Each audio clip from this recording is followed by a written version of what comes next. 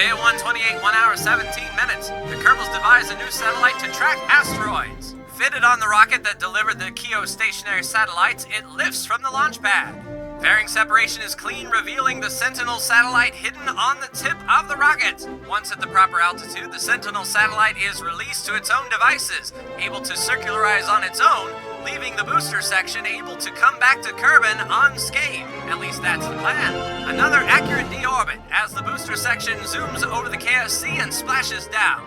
Not content with staying around Kerbin, the Sentinel satellite boosts out of the Kerbin sphere of influence, reaching for the star. For the first time in Kerbal history, scientific data is gathered about the sun. A great day for Kerbal kind and for asteroid tracking in general. But a distress call awaits the Kerbals. Will it be a successful rescue? Stay tuned to find out. Hello again, ladies and gentlemen, Saka here, and welcome back to another episode of Kerbal Space Program. And when we last left off, we sent the Sentinel asteroid tracker out in orbit around the sun, and today we are doing our first rescue mission as poor Sarah Kerman is orbiting Kerbin here at 93 by 80. Luckily, a pretty equatorial orbit, I have to say, so we'll just wait until Sarah gets a little bit closer to the Kerbal Space Center. I don't know what kind of pod she's in, whether or not there's going to be a docking port or not, what kind of lander she's in. I can't fly, and I can't recover, so there's no way for me to tell exactly what spacecraft she has until we get there, and whether or not there's even going to be a docking port at all. So I don't think I want to err on the side of caution. Putting a command pod in a docking port might be the thing to do, but I'll hop in the vehicle assembly building and get something that can get to low Kerbin orbit, and I may put on a docking port just so if we can recover that that capsule and bring it back, we might be able to get a little bit more money out of this. So I will be right back. All right, ladies and gentlemen, we are about finished. All I have to do is add a little bit of an antenna here, and we should be all set. Yeah, 2 antennas, say, right there. So we have Valentina on board. We have a Mark II command pod here with just her, enough for an empty seat. And we have the Clampetron Jr. Hopefully that Sarah is riding around in a pod with a docking port Junior. If she is, we'll be able to dock with these RCS thrusters and just pull her pod back with us. We'll put her in the actual command pod here just in case. But this is basically the same rocket that we used to orbit the first time, minus all of the science experiments. So we should be a little bit lighter as well, hopefully. So let's go ahead and launch and see if Valentina can get here, get her rocket in orbit. All right, she's on the launch pad, ready to go. Let's take a look at the map and see where Sarah is. You can see Sarah is orbiting around like so. We might still launch during the daytime, but I mean, Sarah is moving, as you can see. So there she goes. She'll be flying pretty much straight overhead of the Kerbal Space Center, something like that. We'll go ahead and set her as the target and pitch over to the 90 in 3, 2, full throttle, 1, go! Okay, we're a little bit heavy. All right, let's get back to the old drawing board, shall we? All right, checking our Kerbal Engineer here. Well, not the actual Kerbal Engineer mod, but our Delta V tools. We've added another 2 engines around the outside for a 1.03 thrust to weight ratio. So now we can actually get off at full throttle. I mean, it's going to be a slow burn until, you know, that fuel starts to burn off and we get better TWR. And then hopefully that will still propel us up high enough to get an orbit set. So let's go ahead and wait for Sarah's debris to come back around again. Should be 15 minutes or so. Luckily, it'll be in the daylight side, and here she comes. We've got all of our other garbage flying overhead as well. But there we go. Sarah is right behind us, so hopefully once we get into an orbit, we'll be able to meet her. Full throttle, 3, 2, 1, go! Yes, 1.03. And that fuel is starting to burn off, so we're starting to get some better. Thrust to weight ratio, we are just right on the limit as far as our weight goes. And had I thought about it, instead of pumping everything into the center, I may have been able to sort of asparagus stage this thing and pump some fuel into the side engines for, you know, a little bit more efficiency, but this is fine. This is fine. All right, so Sarah flew overhead. We'll be playing catch up, but we should be okay. All right, let's tilt on over there. Started getting some lateral speed, and still a lot of fuel in this tank. So definitely not bad. We need to be going faster though, Valentina, so pedal to the metal if you please. Yeah, I'm not sure if this will do us. We still have our engine here and this stage separate, so hopefully we can get a lot of good speed up. But I'll go ahead and do the ascent and get into a circular orbit and be right back.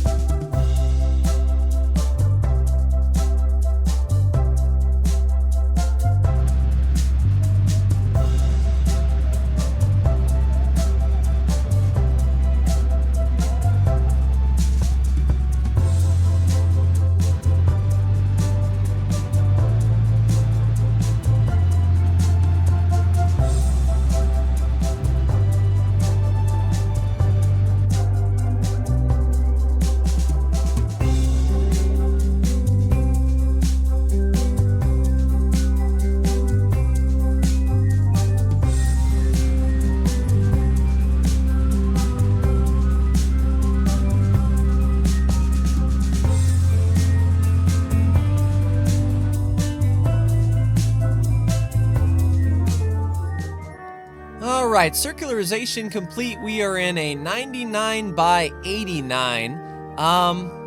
So, essentially what I think we should do is raise up our orbit along the periapse and see when this encounter may occur. It would be on this side of the planet if we could.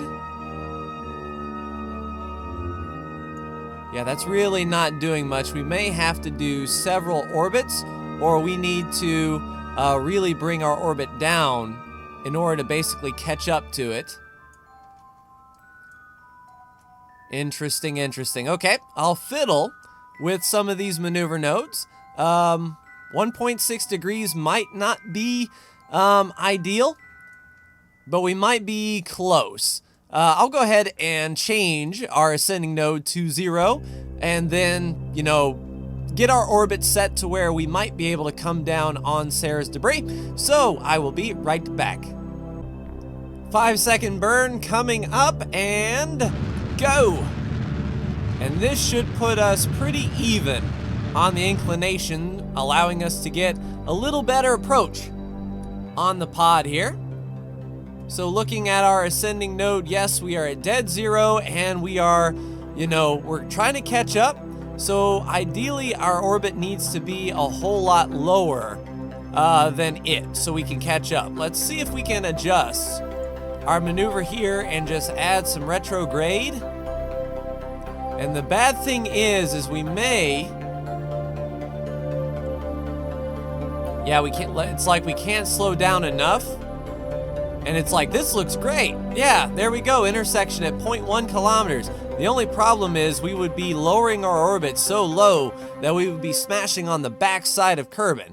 So the other option that we can do is, instead of trying to slow down, we speed up and make our orbit take longer, allowing Sarah to speed along on the inside. And let's see what we can do here. Let's increase our speed and watch that maneuver node, or that encounter. And there you go, you can see that Sarah speeds around under us here. And about right there, 7.7 kilometers.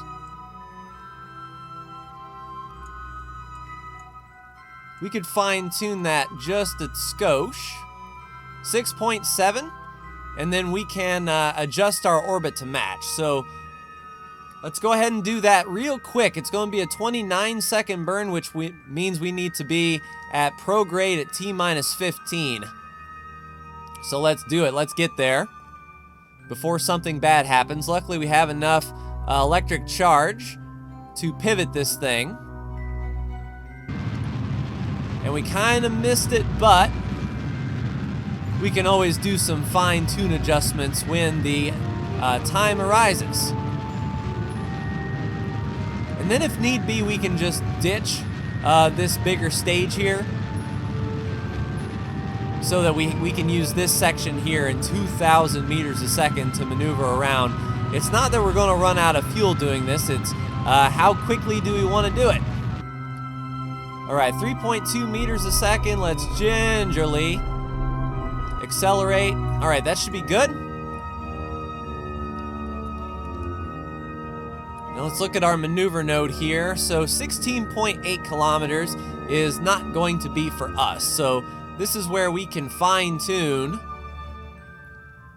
our approach just a little bit. Yeah, you see that dropped really quick with just a skosh. 8.1, 7.4, 6.8, 6.9. So that is going to be as close as we can get right there. And it may be a thing where we have to go out a little bit and adjust because our inclination is 0. So it's not a height issue. It's more of an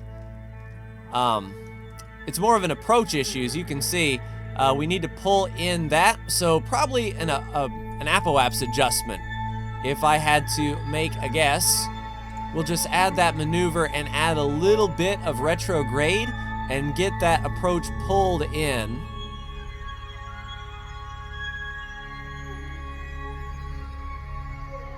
All right, so that was the wrong way. We just need to do something like that. No, that looks about as close as we can get. 6.9.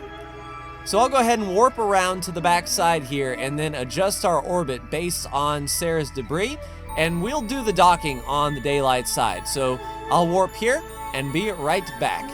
All right, adjusting to target mode, and we're going to point retrograde. Once we get to that 6 kilometer distance, we'll basically stop our 347 meter a second difference, which is ideal, because that is this entire stage here. All right, 6.7.321.6. That's about as close as we're going to get, so we are going to try to lock station right here with the amount of fuel that we have. You can see 6.8, and it'll probably go to 6.9 there. So we need to come to about a complete stop as possible. We'll just burn up the last 100 meters a second in our engine, let it go, and we can do the maneuvering with the much smaller engine. All right, so we'll go ahead and cut the throttle. That will go away, and then we will activate the engine here. And slowly bring our target speed down to 0. And once we're at 0, we can fly basically towards it and get there when we get to the daylight side. And this is actually going to work out because you see that we basically canceled our motion right there, right when we need to point at it. So we'll go ahead and pull our prograde marker on it and fly straight towards it at a pretty good clip if we can. Maybe 50 or 60 meters a second will do.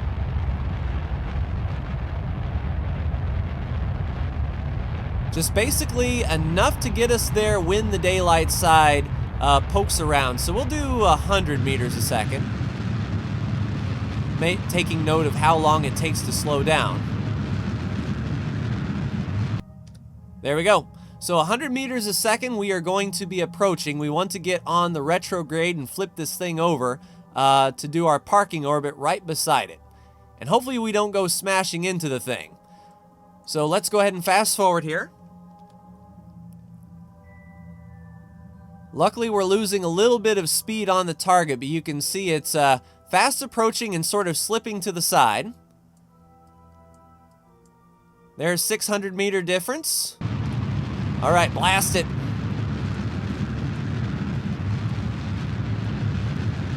It flew under us just a skosh. We weren't on the gas quick enough, but it won't fly away too awful much. There we go. Came to a complete stop, and probably 20 or 30 meters a second would be good. Something like that.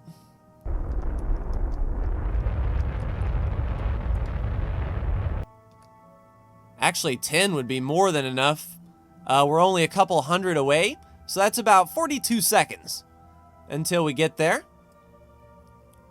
And then once we get on the daylight side, we can see if they have a docking port or not. If they don't, then we'll just transfer EVA Sarah on over. And it'd be real easy to do, but I kind of want to bring this thing back if we can. Especially if there is a docking port junior, we can bring back this capsule and get some money. Assuming it survives re-entry, of course. That's going to be the kicker. All right, slowing down. 7 meters a second. 4, 3, 2, 1. All right, we are in a parked orbit, 28 meters away, and it looks like it's just a standard lander can. I'm not sure if there's a docking port on it at all. So what we'll do is we'll go ahead and warp to the daylight side here so we can get a good look at it.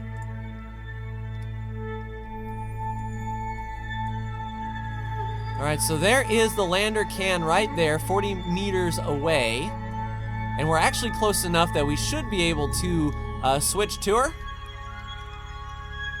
Let's go ahead and get a parking orbit. We're 0.2 meters a second.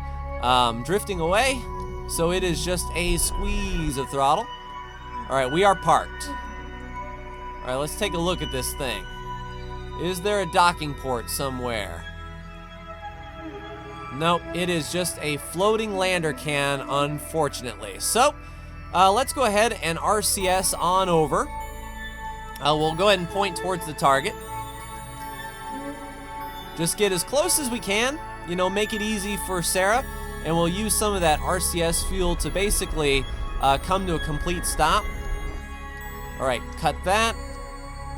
RCS, and then we will hit the N key to basically come to a stop for those 2 meters a second so we don't have to flip around. Yeah, it's a shame there is no docking port. I think in the old builds that the rescue missions did have a docking port. All right, so we are there. We can use our bracket key, and there is Sarah Kerman, alive and well in her pod. Can we do a crew report?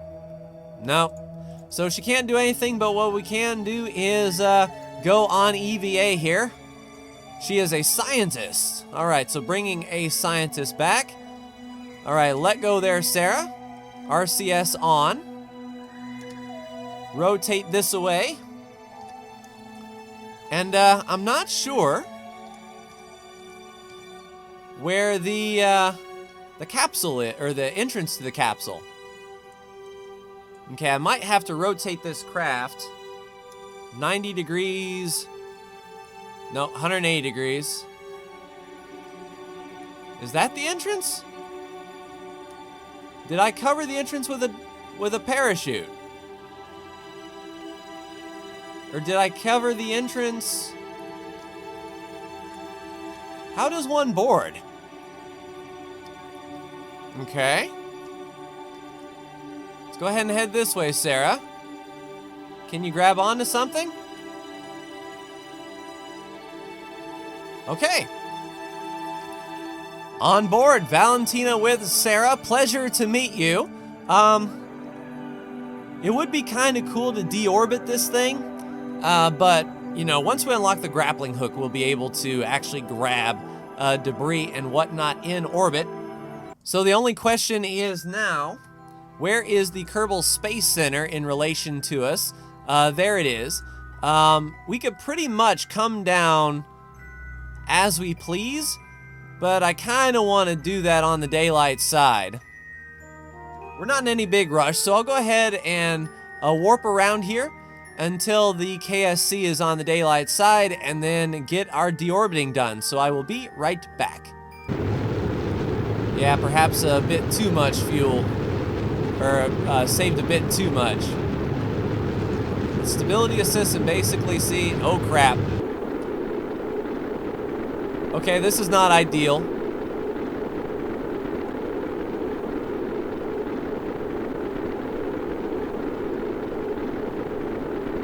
We have enough electric charge if we can flip this thing around.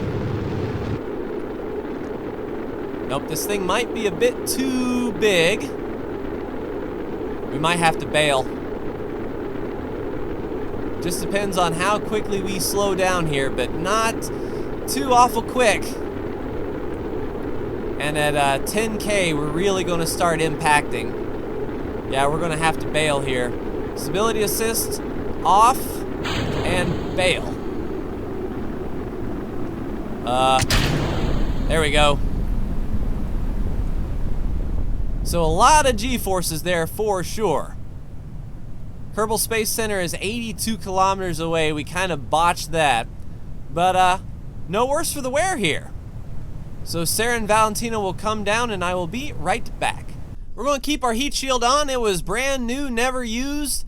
And splashdown, we get the command pod back. And more importantly, Sarah Kerman has now returned to the Space Center. Outstanding. So we've accomplished 3 things according to our log. I wonder if there's like world's first milestones or something. So recovery of a vessel from orbit, 3 science, 93% of the value. We got $4,000 back. We actually made money. We're over the 2 million mark now. And Sarah is now a level 1 scientist. So welcome aboard the space program, Sarah. All right, world first milestone. Performed a rendezvous maneuver around Kerbin and a crew transfer. So very nice. 5 and 1 science there with some more reputation. Looks good. Rescue Sarah from orbit. We saved her, got 8 prestige and $11,000. Sarah is now part of the space program, and there is the 112,000 completion reward as well. Let's take a look at her in the astronaut complex. How is Sarah doing? Available for the next mission. She is not at all courageous and halfway stupid. How does that... Let's see, science generation 45%. Oh, that's cool. Science generation rate runs, yeah, from EVA. Vessel science return 110%. So Bob's a better scientist. But that could be just because he's level 2. Not sure, but we do have a backup Kerbal ready to go. And when we do the